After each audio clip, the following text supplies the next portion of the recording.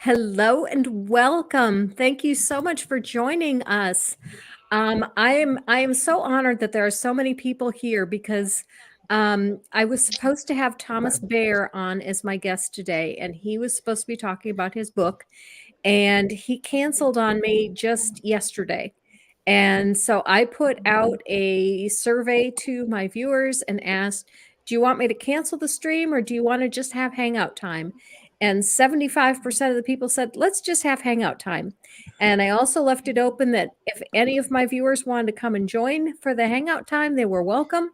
And this is what I got. Not only do I have a full panel, I have two people on here that have never been on before that came as a result of the invitation, and that's Natalie and Mark. Welcome, especially to Natalie and Mark. Hello, you two. Hello. So you Thank you prefer very that much. you prefer that I don't mention how much you paid me to be here? Yes, definitely, Okay, definitely. fine. You're getting Not a paid? problem. Wait, there was a paycheck? And of course, it is always great to have old friends, Lone Wanderer, Purple Rhymes with Orange, Mage Grey Wolf, and Jenny. Thank you all for coming. You are welcome. It's always nice to come. Okay. I want to start with the topic that Natalie brought up to us, which was Christian nationalism. And Natalie, you mentioned that it's especially an issue where you live. Can you tell us what's going on with that where you live? Well, I live here in Charleston, South Carolina. There has been a extreme increase in it, and I'm going to say, like, since let's just admit a lot of it revolves around politics. As soon as Joe Biden took office, it was just boom, out the door. Like, people were, more open, kind of taking thought to it, and then all of a sudden it was just like, it's the transes, so.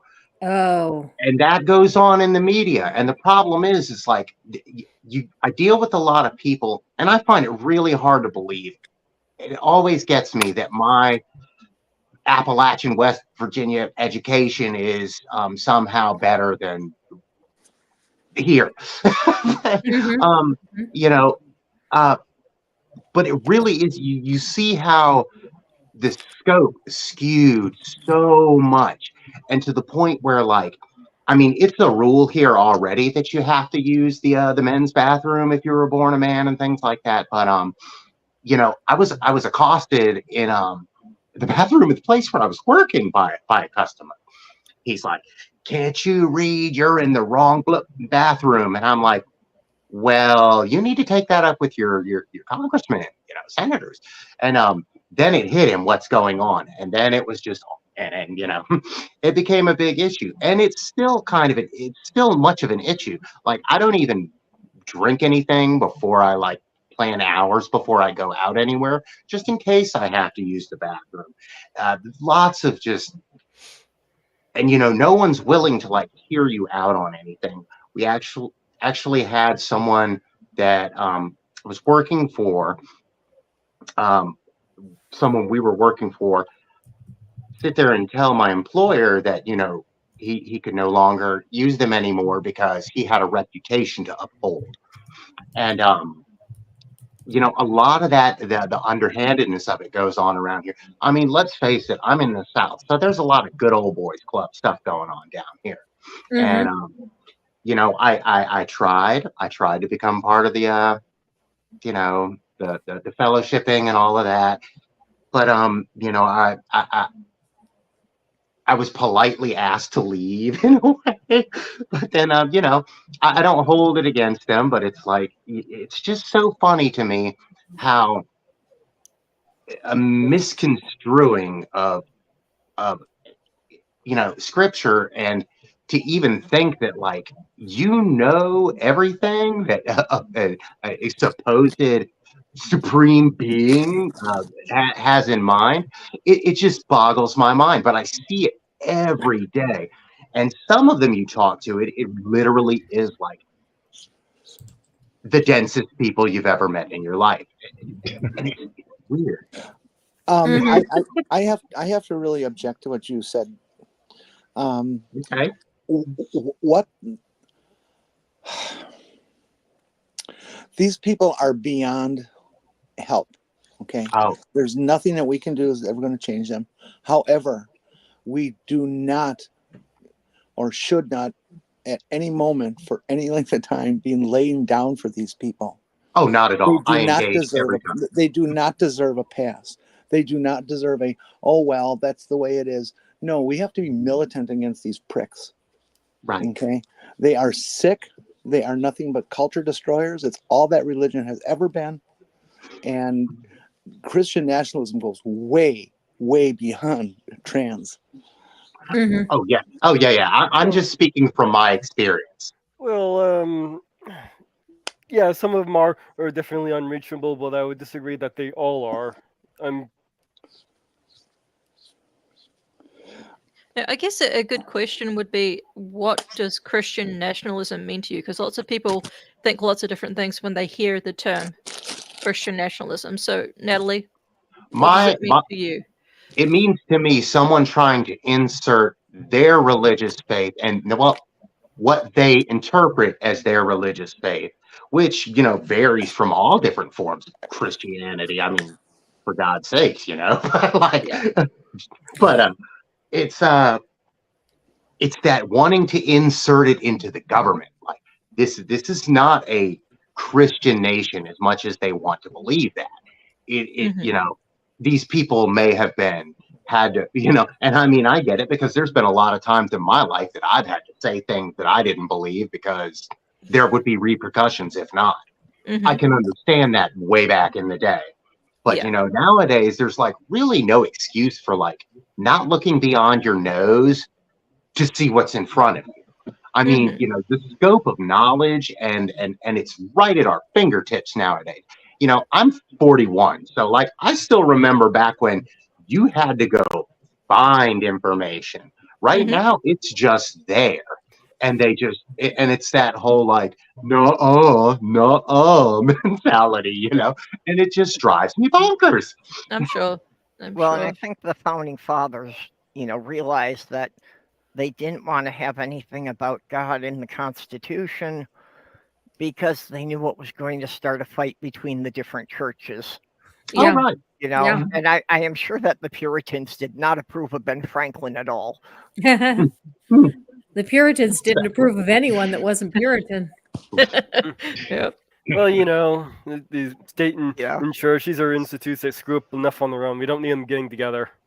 Mhm. Yeah, well, it's basically they're going to tick off all the smaller minorities and then they're going to start fighting with each other over which version of the Bible they're following. Yeah. That's what they already do. Yep. That's all the Christian religion is about, is infighting and hatred. This Christian nationalism is purely a political fascist group organization between dominionists, who are the most dangerous people in America, Yep. and extremist evangelical, mostly Southern Baptist convention people. They have nothing to do with Christianity. None of their behaviors, tenets, intentions, or attempts or behaviors have anything to do with Christianity. They are fascists, and that is the only thing we should be concentrating on, is their danger to democracy, their danger to individuals, their penchant for concentration camps that they're already talking about. Yeah. Yeah. Well, for the Christians out there, just keep in mind if you do get your Christian nation, it might not be your denomination. Exactly. It Right. won't be. The extremist evangelicals are an incredibly small minority of America, less than like 10%. Christianity a is Christian diametrically opposed to democracy. Mm-hmm. Yeah, it's built on patriarchy, not democracy. Well, and it's built on never questioning the leadership. Right. Yes. Right. Well, unfortunately, the empty barrel makes the most noise. Yes. Mark, you've Also, been I a bit think- quiet. Oh yeah, I'm used to watching. I think a lot of these people's. I think one of the main problems is that they don't believe they have the truth. They know they have the truth, and Yeah. Political figures and religious figures use this pretense of religion as a cudgel against their enemies and as a rallying cry for their followers. And most of them, when they think of religion and government, they're explicitly picturing their sect in power. Mhm. And I think the scariest part, which should be scary for them as well, is that if they create the foundations for a theocracy, there's always the possibility that another sect or another religion entirely can gain power, and then they'll be in the group with us. But by then it'll be too late. Mhm. So I think that Well, Christians and should be most just as likely worried if they- about this as everyone else. Yeah, most likely if they make it Christian, it's going to be the Catholic Church that takes over because they've got the power and mostly the money. Mhm. Great. Now I'm thinking the magisterium from the Golden Compass. Last week, I was at the American Atheist Conference, and they talked about the legislation that passed in Texas to replace school counselors with chaplains. And that passed in Texas, and it was proposed in 11 or 12 other states, and it did not pass in any of the other states, and partly because of the work of the American Atheists. But they also were partnered with, and they were really surprised at who came to join them in fighting this legislation, and it was Christian groups. Because there were a number of Christian groups that said, hey, if you are going to start replacing school counselors with chaplains, we could end up with Muslim chaplains or Buddhist chaplains, and we don't want religious, or I might be Catholic and you've got a Baptist chaplain, or vice versa. So we don't want religious teaching in the public schools any more than you do, and so they helped with that fight. One of the things that stopped that from passing in some of the other states was that the Satanic Church immediately signed up with the schools to have their chaplains in there. Yep. I think they do great work showing the problems inherent in trying to sprinkle in religion into government institutions. Because, as I said, they should be just as worried as everyone else.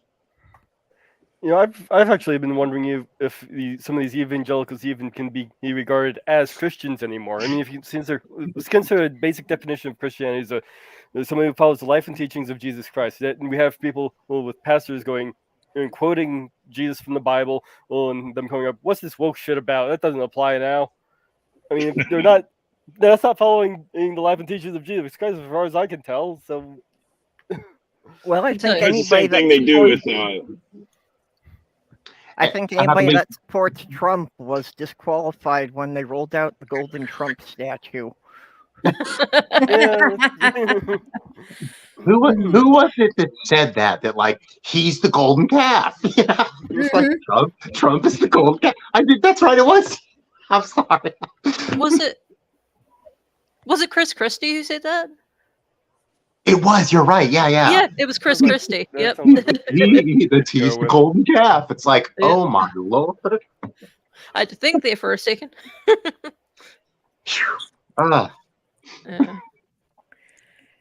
think the problem we're seeing with them turning on the teachings of Jesus is the same mentality that they use when justifying the Old Testament. They say that was a different time and for a different people. And as R.N. Ra says, the Bible is the big book of multiple choice.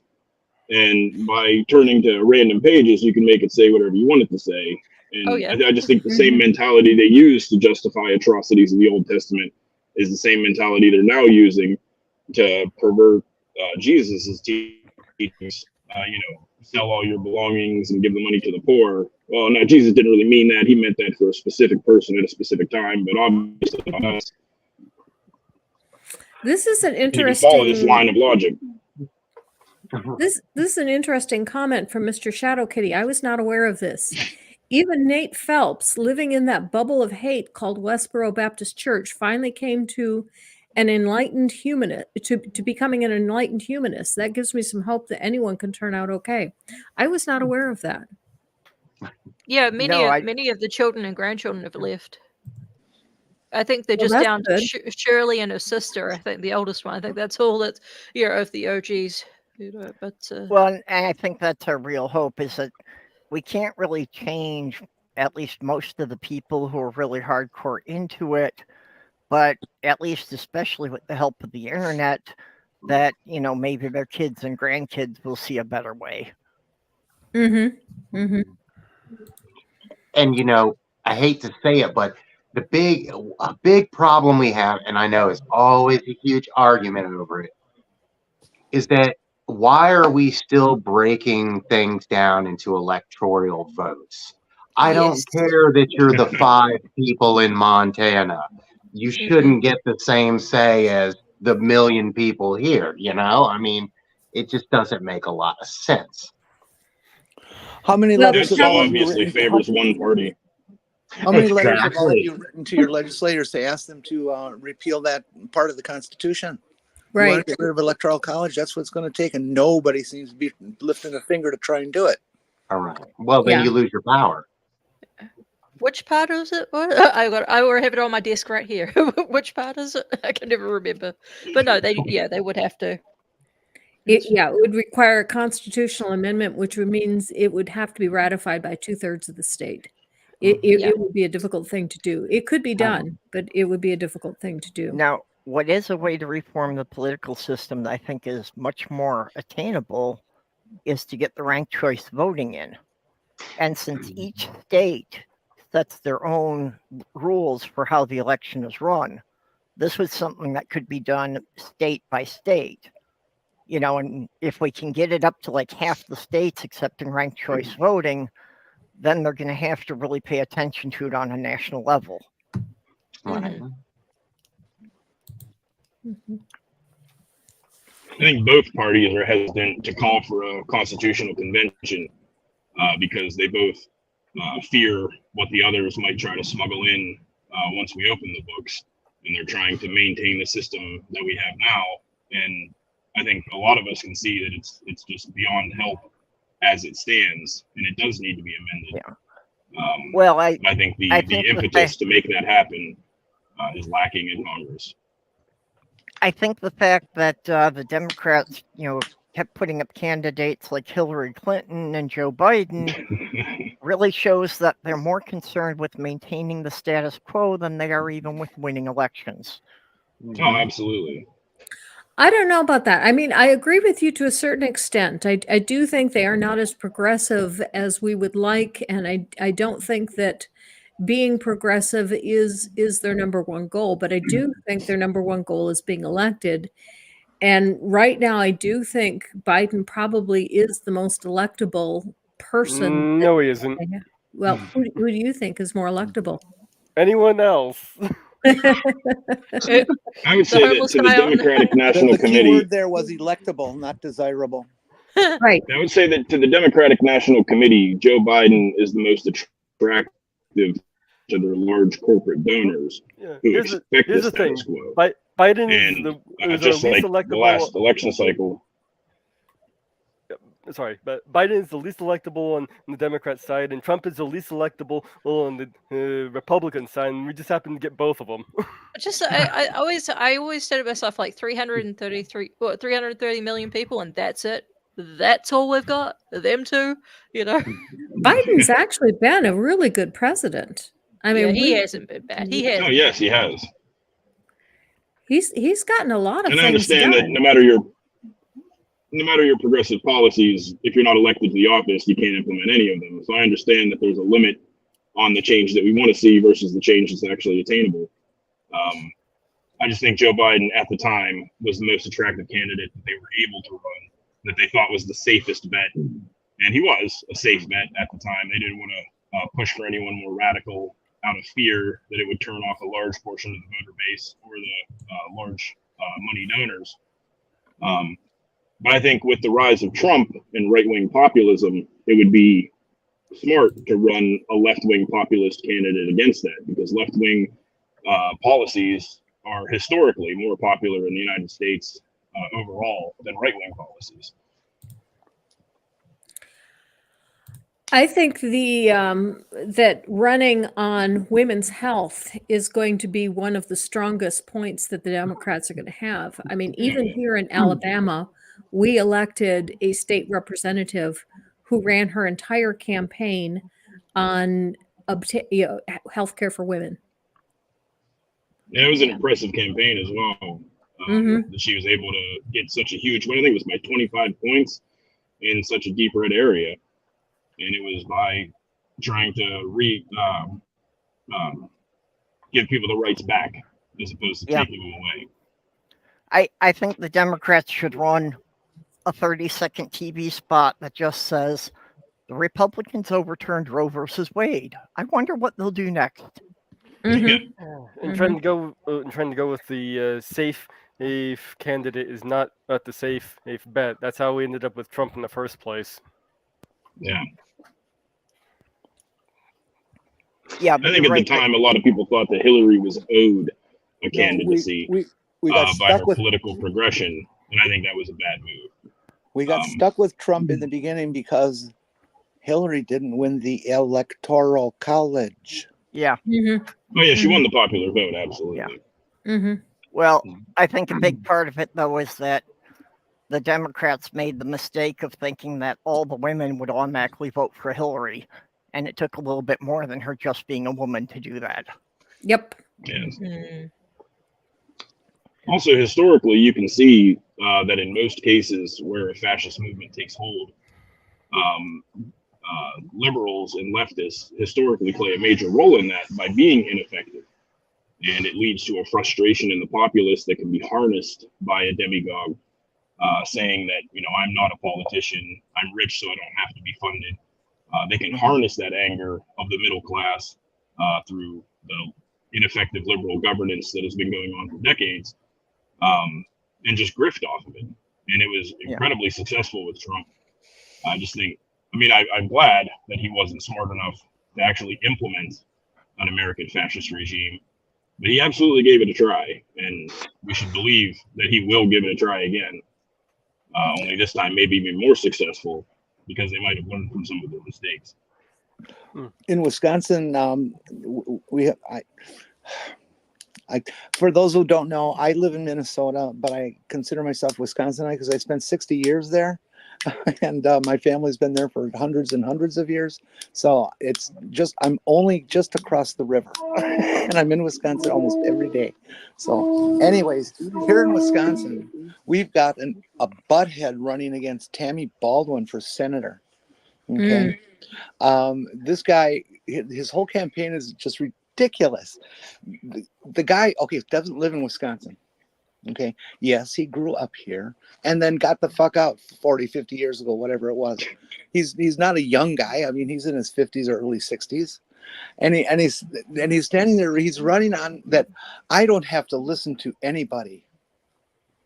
Oh, that's comforting. Well, Jenny, I just want to say the dude is a carpetbagger and he's getting support. He's like Dr. Oz.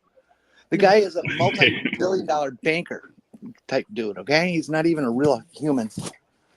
Jenny, I just want to say that if you identify as a Wisconsinite, you don't get to come with when Canada annexes Minnesota. Okay, I was just looking this up, and I noticed the last constitutional amendment was in 1992 with the 27th Amendment, and so this generation that we currently have is the only generation that has not had an amendment into the Constitution. One of the things to note about that is that the ERA is the Equal Rights Amendment is still kind of hanging in limbo. Yes, and it's been hanging in because it limbo got since voted the on, 70s. but it still hasn't had enough states vote to pass Oh, it. no. They had enough. It Had has. enough. Yes. But All Phyllis the fucking states- Schlafly decided to be a bitch. All the states necessary have passed it. That happened very early on in Obama time and stuff. Okay, very, very early. It was kind of surprising. It took a lot of us by surprise, but it's not being adopted because the Constitution says you have to do it within a certain. Oh, well, excuse me. I have been told the Constitution says that you have to, pass something like this within a certain amount of time, and the fact that it's been 50 years is problematic. Okay, I wasn't aware that enough states had passed it. I thought still needed a couple more. Yeah, no, I think Tennessee was the last one that did, and it got through just by the skin of its teeth, or some reddish state was the final state. I recall that.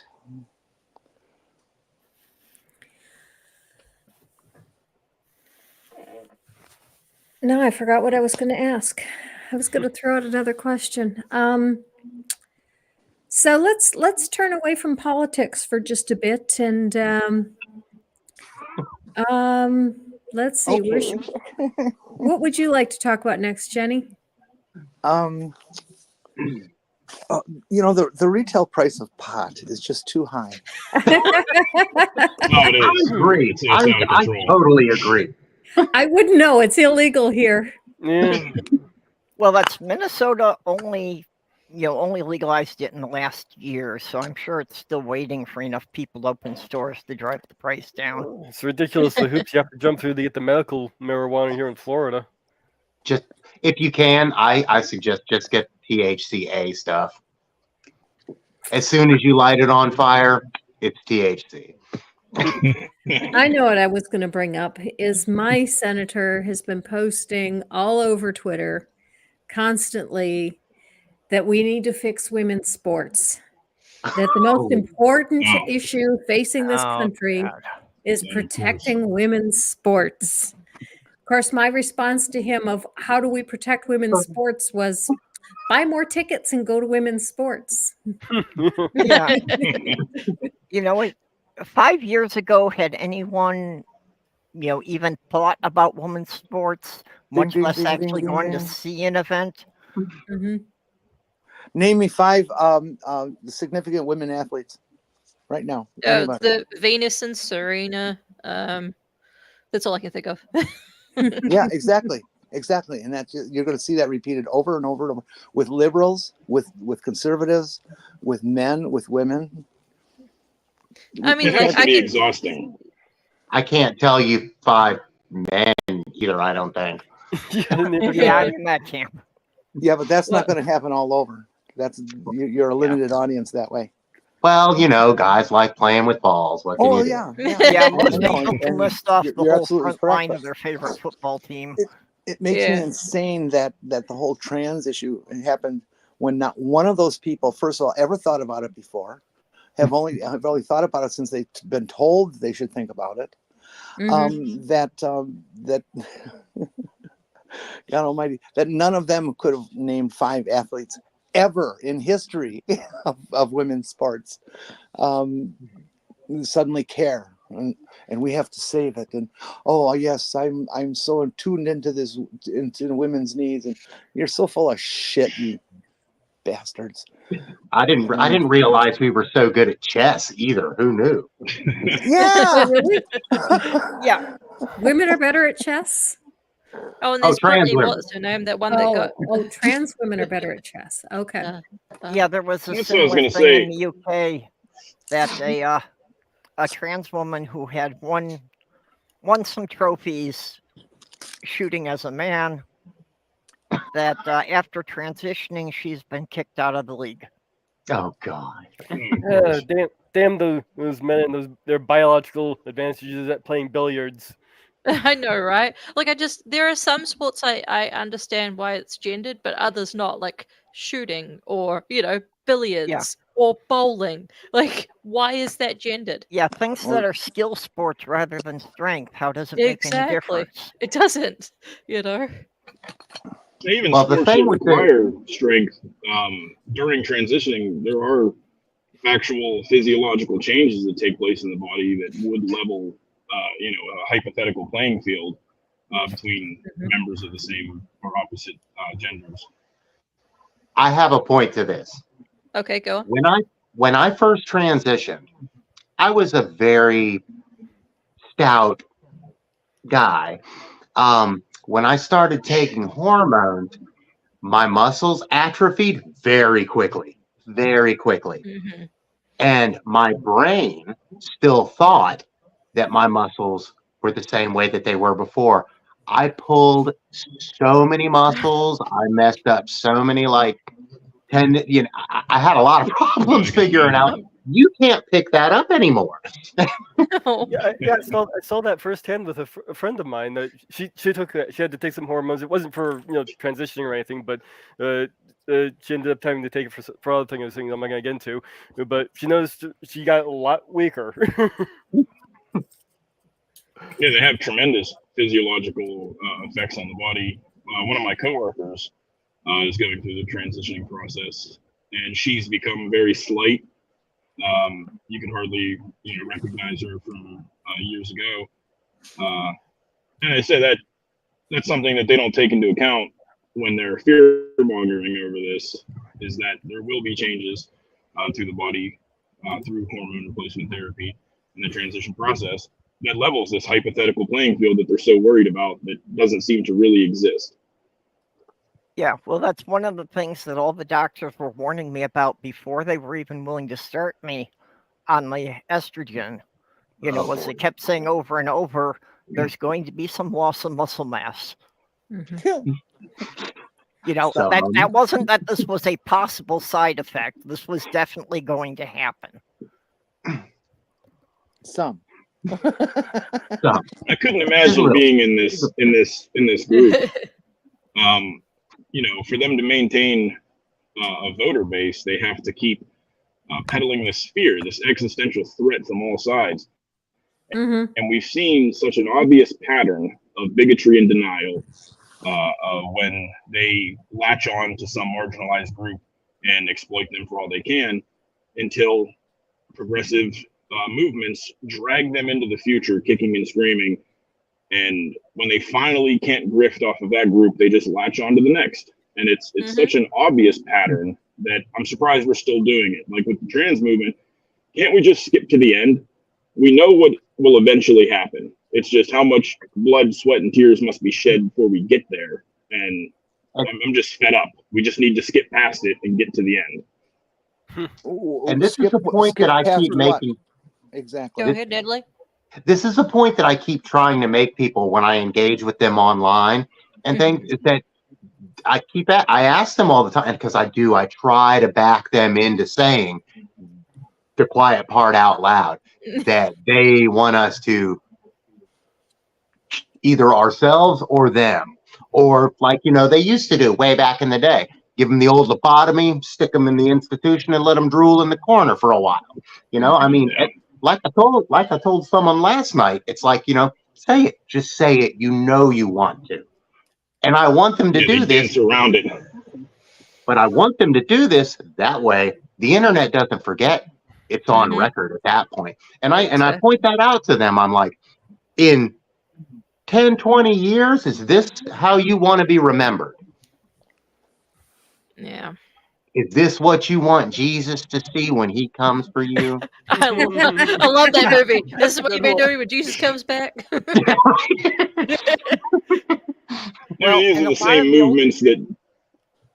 So these are the same movements that didn't accept the Irish, didn't accept interracial marriages, and we've slowly moved past all of these hurdles. And like I said, we just need to skip to the end of this one because we know how it's going to play out. It's just tragic what has to take place in the meantime. Well, a lot of the older generation still isn't used to the idea that with the internet, there actually is a permanent record. That was a mythical thing we were threatened with all through school, but now it actually exists, that people are going to be able to go back and see what you posted on Facebook 20 years ago. So you're the one who burned down that hall of records.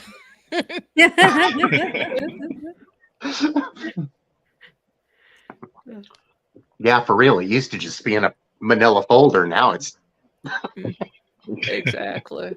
And I've actually experienced issues with that. There was a big earthquake in Christchurch, and I needed some records to prove that I was put in a home for a while as a child.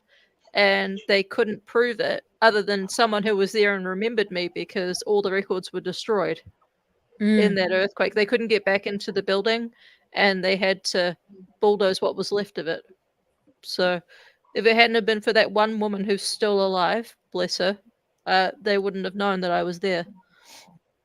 Wow. Yeah. The too long didn't read. They still have these facilities, but in the 20s or 30s, there was a doctor who saw a lot of children who weren't thriving, through the depression and things like that. So they set up these camps called health camps, where you could go and stay for free for about 6 weeks. And they had a school system, and you lived on either in a huge house or on a farm or what have you. And a lot of the children that were put there because they thought the parents were abusing them or things like that. And I just wasn't gaining weight. I was about 7 or 8 years old and I just couldn't put weight on. And they sent me to this place and it was like a hell camp. It was like I was in juvenile detention or something. It was awful. I wouldn't do it to anybody. We couldn't call home. We couldn't see our parents except for a Sunday. It was like being in jail. And they had some parliamentary hearings, and I wanted to say my piece, and they couldn't find any record that I'd been there because of that earthquake that happened, and the building was destroyed.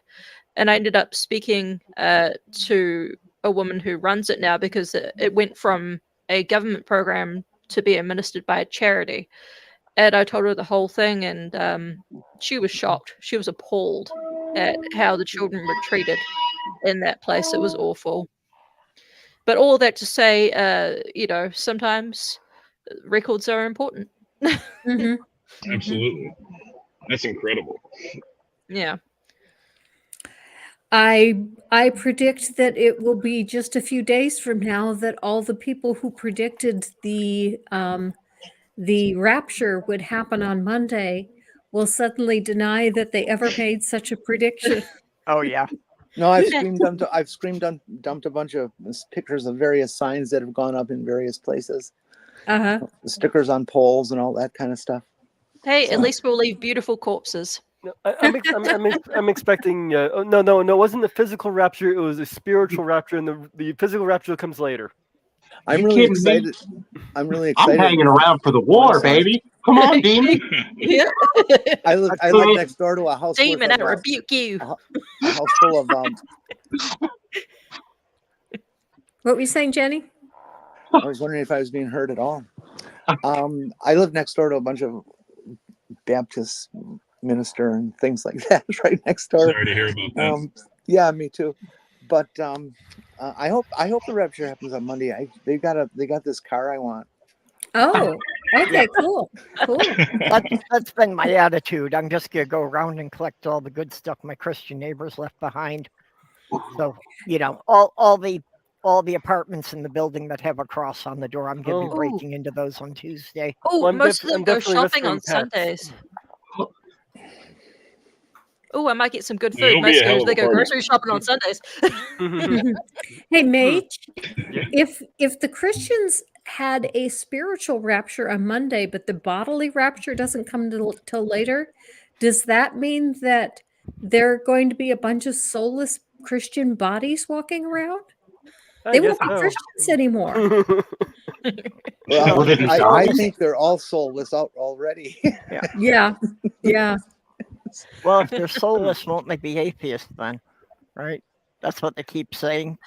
Well, I've heard that one from a few raptures that we've already apparently have had. So I'm a ginger. I don't have a soul anyway. Well, you pretty I've much tried to- need to be burned in hell, don't you? As a ginger. Never thought about it.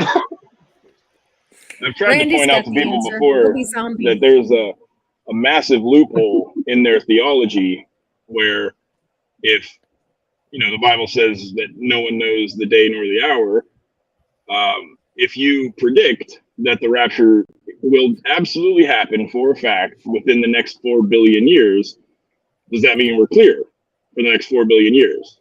According to their theology, we should be okay.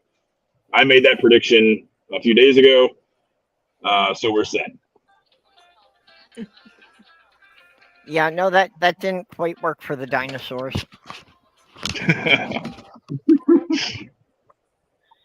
There is one point that I argue to believers all the time, and cannot get through to them is that it is impossible philosophically for a God to be omniscient and to create a being with free will. Oh Because yeah, absolutely. if you know what this, if you create something and you know before you make it what it's going to do, it can't possibly have the free will to do other than what you made it to do. There is a slight workaround. It's this concept of middle knowledge, and I've that would heard be that the ability. That would be the ability to know the outcomes of any decision made. So you don't know what decision will be made, but you know that regardless of what decision is made, you know the outcome of all possibilities. But still, I think that leads to But the same that's not problem. omniscient then. You're right. Mm-hmm. One Yeah, I thing think I it leads to the same paradox. Yeah, the one I always wondered about is they was like, oh well, we want to sin. Well, why would God make us to want to sin? I mean, if we were made not to want to sin, that would still not be violating any free will thing. So, Oh, we're all that. Sorry, guys. I got a call there. Yeah, I was telling Granny that free will was what really sealed the deal for me on atheism. Ah, okay. Yeah, because I realized, I sat down and I thought about it. I'm like, okay, so if we have free will, I could do whatever I want. That's great. But then if I was an axe murderer or I stole from someone, that person didn't agree to me doing it, so they don't have free will. So either I'm the only one in a universe full of NPCs, or this doesn't add up. Yeah. well, I'm not so sure we have free will, but I'll agree that we have will. Yeah, so it's like, well, that means that poor person didn't have any free will in the first place. They were just put there to be murdered or potentially murdered. So that was what really sealed it for me. I'm like, well, there is no free will. Well, I find free will to be the only application for Pascal's wager. Mm-hmm. That if I believe I have free will and I don't, well, I was pre-programmed to believe it anyway. But if I act as if I had free will and I do, then I'm taking responsibility for my own actions. Precisely. Mm-hmm.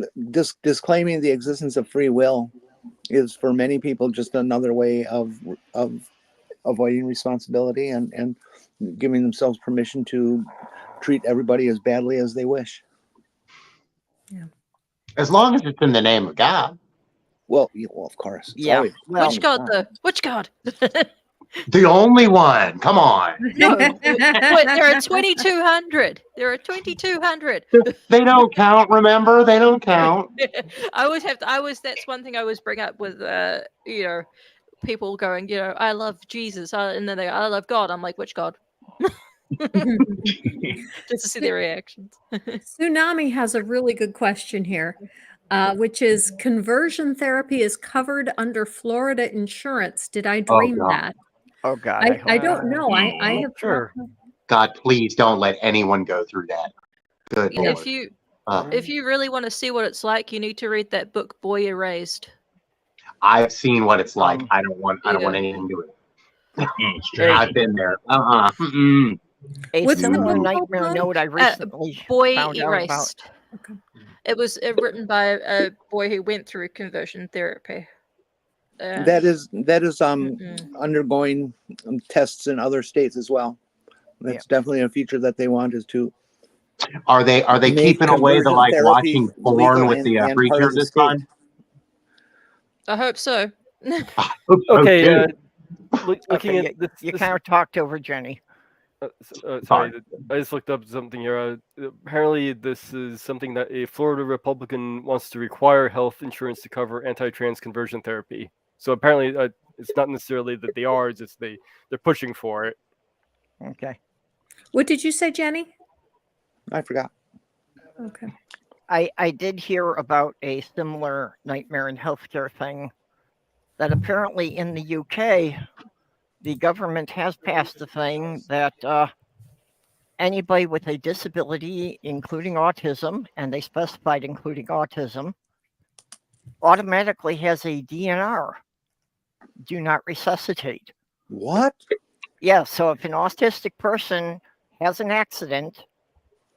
the ambulance team is not expected to resuscitate them. Wow. Kitty may want to move out of Florida. Now, that was in the UK. Oh, that's in the UK. Okay, I thought you were still talking about Florida. No.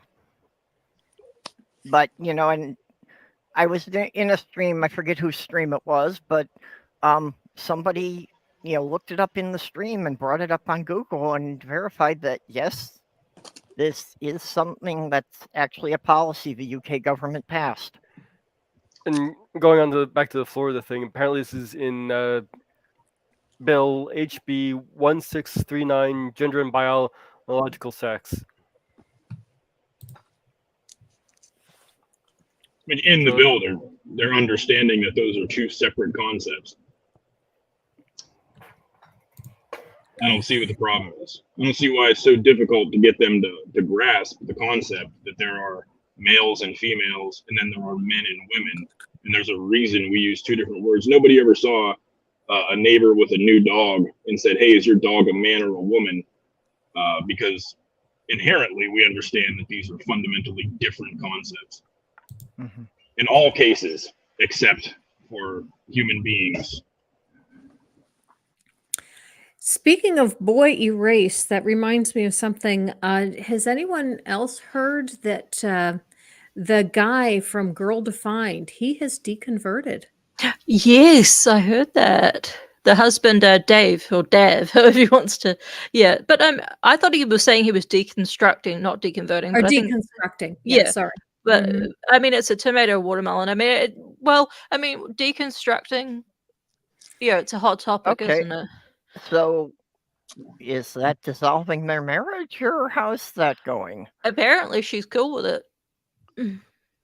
Yeah, sure. Okay. Yeah, That I mean, sounds completely against the tone of her show.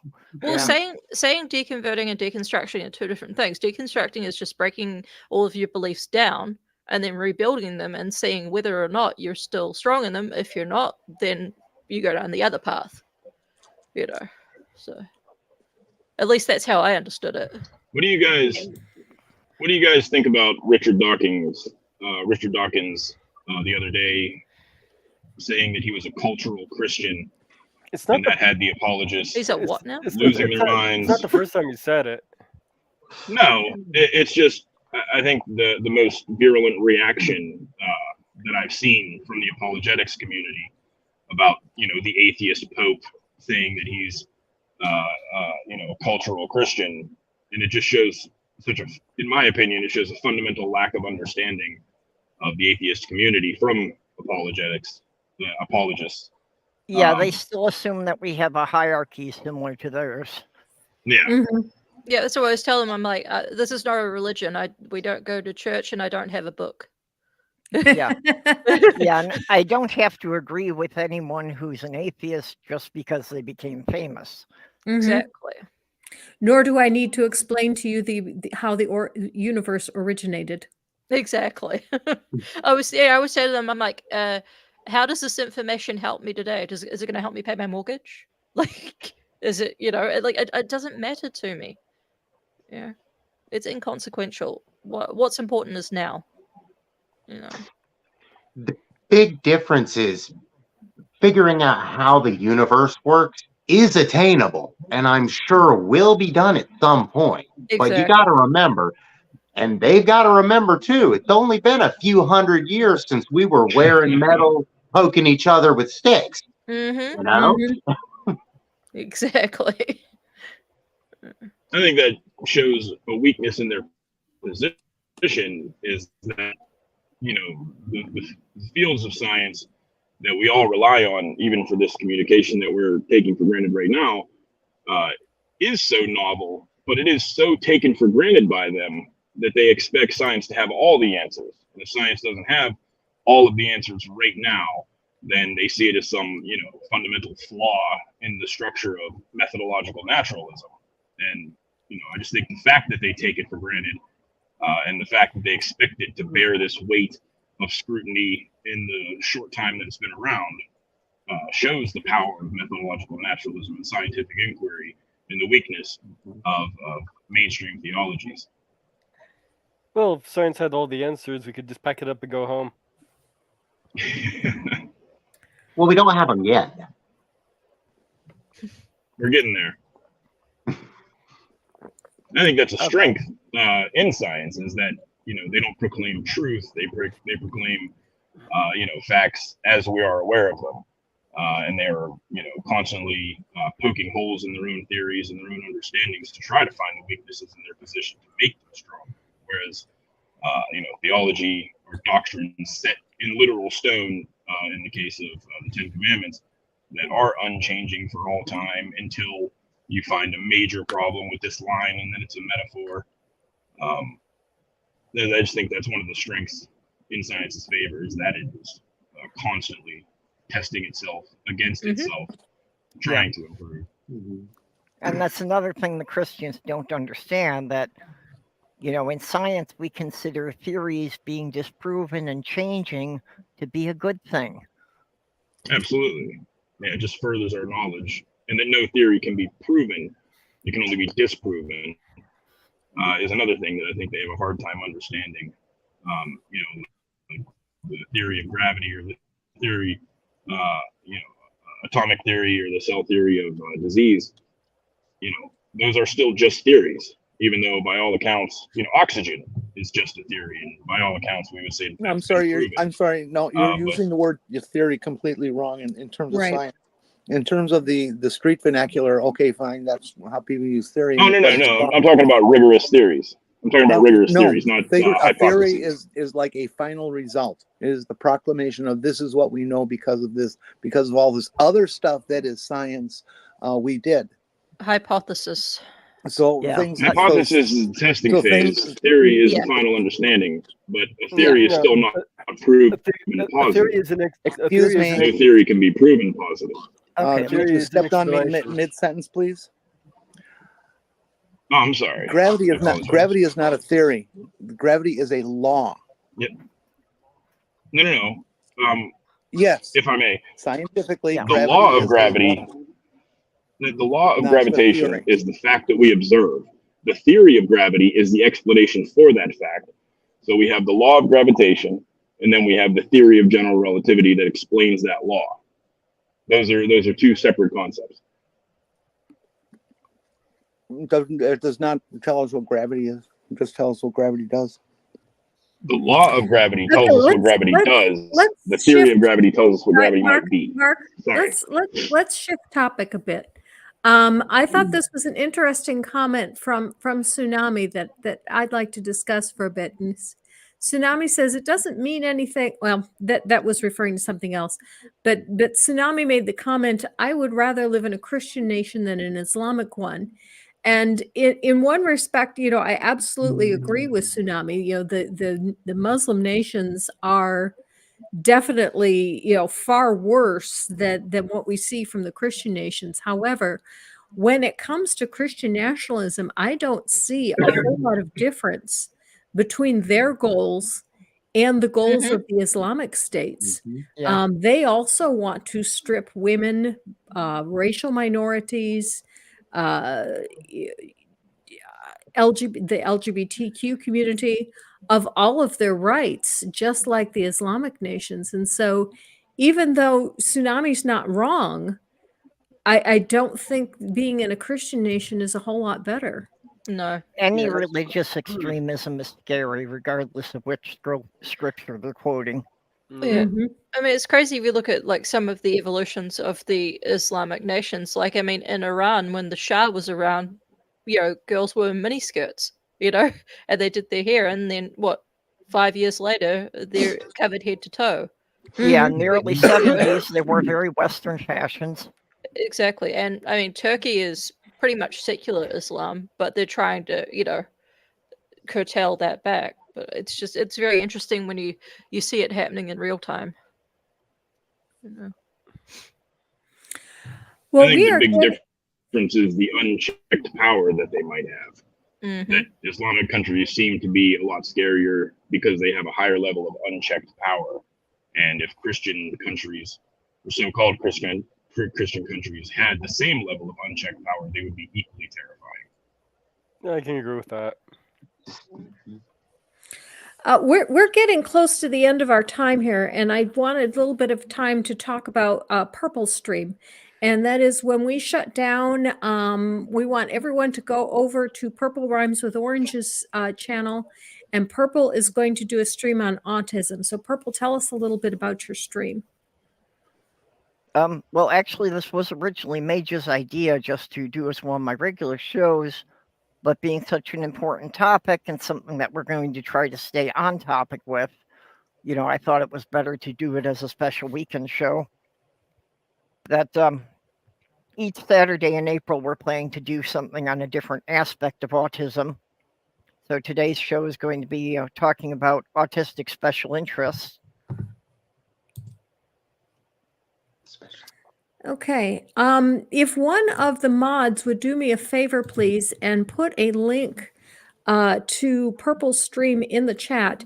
It is already in the description to this show. So if you just look down to the description, you can find a copy of the link. And thank you, Mage. And head over to there when we are all finished there. Okay, before we go, let's go ahead and let anyone who would like to make some closing comments. Lone Wanderer, let's start with you. Just be happy, love each other, and I hope we survive the rapture. Okay, Purple. Yeah, I just hope I get left behind when the rapture comes. That's a terrible book. It'll be awesome. That song haunted me for years. You've been left behind. Yeah. Mage. Yeah, just try and live by the 2 commandments. Be excellent to each other and party on. Yeah. Party on, Wayne. Sounds good. Natalie. I don't think I can top that. Go out, try to change people's minds, you know, whether with love or make them look stupid. Either way, I'm cool with it. Thank you. Oh, that sounds great. That sounds great. Mark. I would like for everyone to stay aware of the threats of Christian nationalism and a rise of a fascist movement. Believe them when they tell you what they're going to do, no matter how horrible. And just stay aware, spread the word, spread awareness. And thank you very much for having me on. Okay. Jenny. Let's see. I gotta say something really smart. Don't get caught. Okay. I got it. Be gay, do crime, don't get caught. Okay, I endorse this message. My guest next week is going to be Art Against Ignorance, and I am really excited for that stream because I wrote a song to be used at a secular funeral, and I wrote the lyrics and I wrote a vague melody to go with it, and I wrote it as a duet. And Art and Madam Who are going to be producing it. So I have not heard the final production yet. I've only given them direction of what it's supposed to sound like. And I am really anxious for next week to hear the debut of this song that I wrote. And you will all be, you know, that listen in, get to hear it with me for the first time. And I really hope that this is something that's going to bless the secular community with a song that is thought-provoking and heart-rendering, and will just really bless your relatives when you pass. What time is that show? That's going to be the same time next week at 3:30 p.m. Central Time. Okay, and the name of the channel? It's this channel. It's my regular show. Art Against Ignorance is going to be my my guest, and he's the one that is producing the song for me. He's a musician. Cool. Mm-hmm. When I die, please play Pantera Cemetery Gates. Watch out, Taylor Swift. Granny's coming. Okay.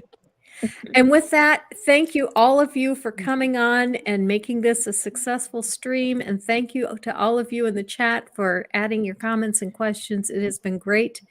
Everyone head over to Purple Rhymes with Oranges channel for the stream on autism and live your life. Yeah, Mage and I are just going to take a 15-minute break and we'll be over there. Yeah. Okay, great. Bye-bye. Bye. Bye-bye, all. Later.